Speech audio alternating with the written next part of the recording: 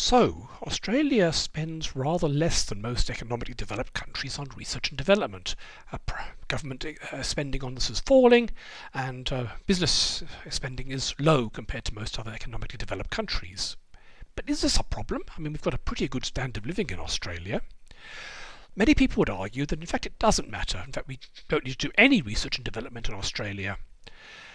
Now, this is a graph or infographic showing the expenditure on research and development of different countries in the world. And here's Australia, about 23 billion at this particular time. This is corrected for different standards of living in different countries. So China actually spends less in dollar terms because salaries are low in China. That hires you more researchers, and that's corrected for here. But the basic issue is that Australia does a very small fraction, about 1.5% of all the research and development in the world. That means that, assuming we're all equally efficient, 98.5% of the research and development in the world is going to be done somewhere else.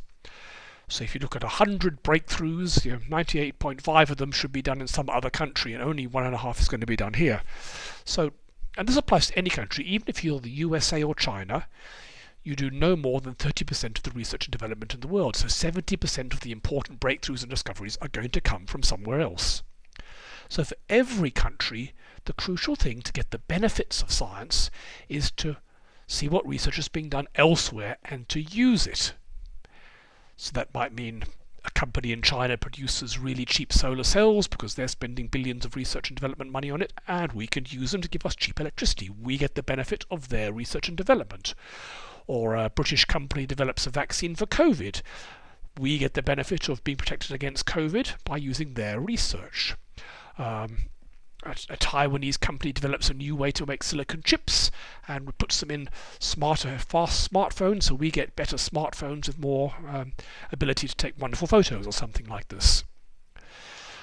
So some people would argue that, especially for small countries, I mean, we clearly need some countries to do research and development, but can't we just freeload? Can't we just not do any research and development, that other countries spend the money and we benefit from them? I mean, that means we have to buy some stuff from them, but is that a big problem? Well, maybe not. Now, here are some of the arguments that are made about why it's not a good idea just to rely on other countries to do research and development. Quite apart from pissing off those other countries who might be annoyed that we're freeloading on them. One argument is that we can target our research and development at problems that matter for us that other countries might not be interested in. So, for example, preserving the Australian environment. If you want to do research about how to preserve eucalyptus forests, other countries don't have natural eucalyptus forests, and so they're not going to research it. It could be mining in Australia's environment and with Australia's wildlife and pests and so on. Again, no one else might be interested. An example we've seen in this course is that energy change, how we come up with carbon-free energy.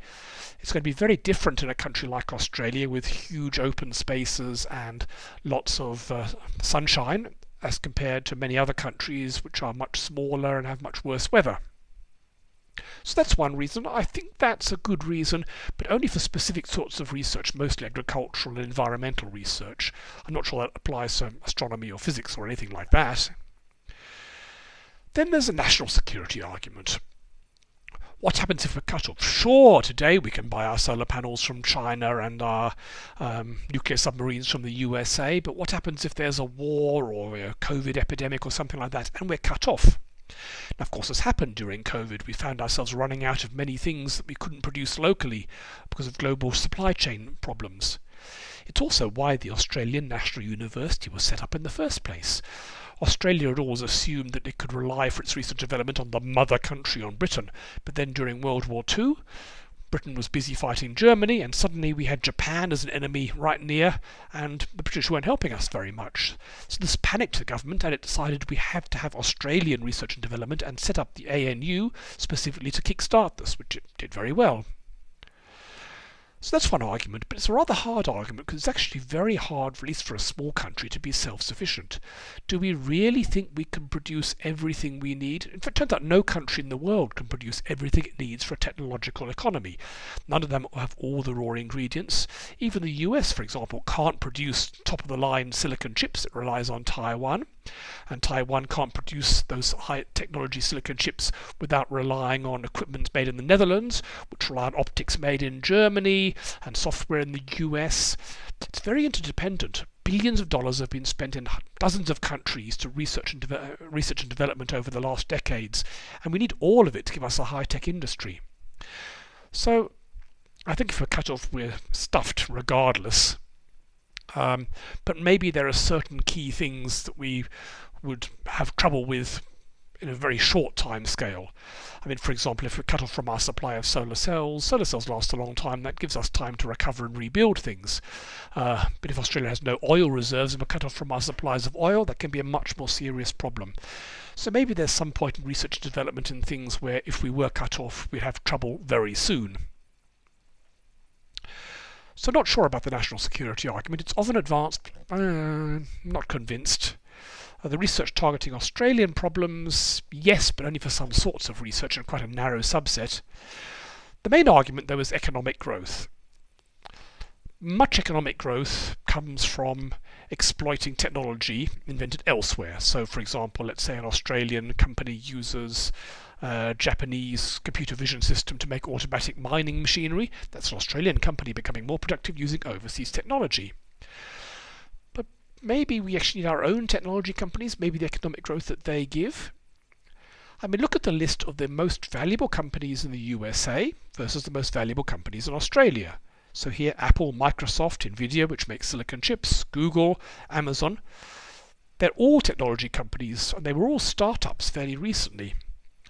In Australia, there's only one technology company in the top 5, which is CSL, which is a biotechnology company. All the rest are either banks or mining companies. None of them, are, apart from CSL, are recent startups, and none of them really use technology very much. Is this a problem? There's a measure called economic complexity. This is telling you for your economy, is it all dependent on one or two companies or one or two industries, or are there a whole bunch of different companies and industries?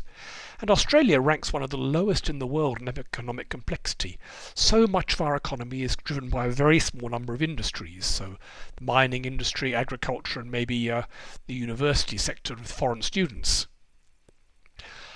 And if you look, there is a correlation between, up here we're talking about economic complexity, so you get very economically complex countries like Japan, which have many industries, and very low complexity ones like Australia, Chile and Colombia, which are dominated by one or two things.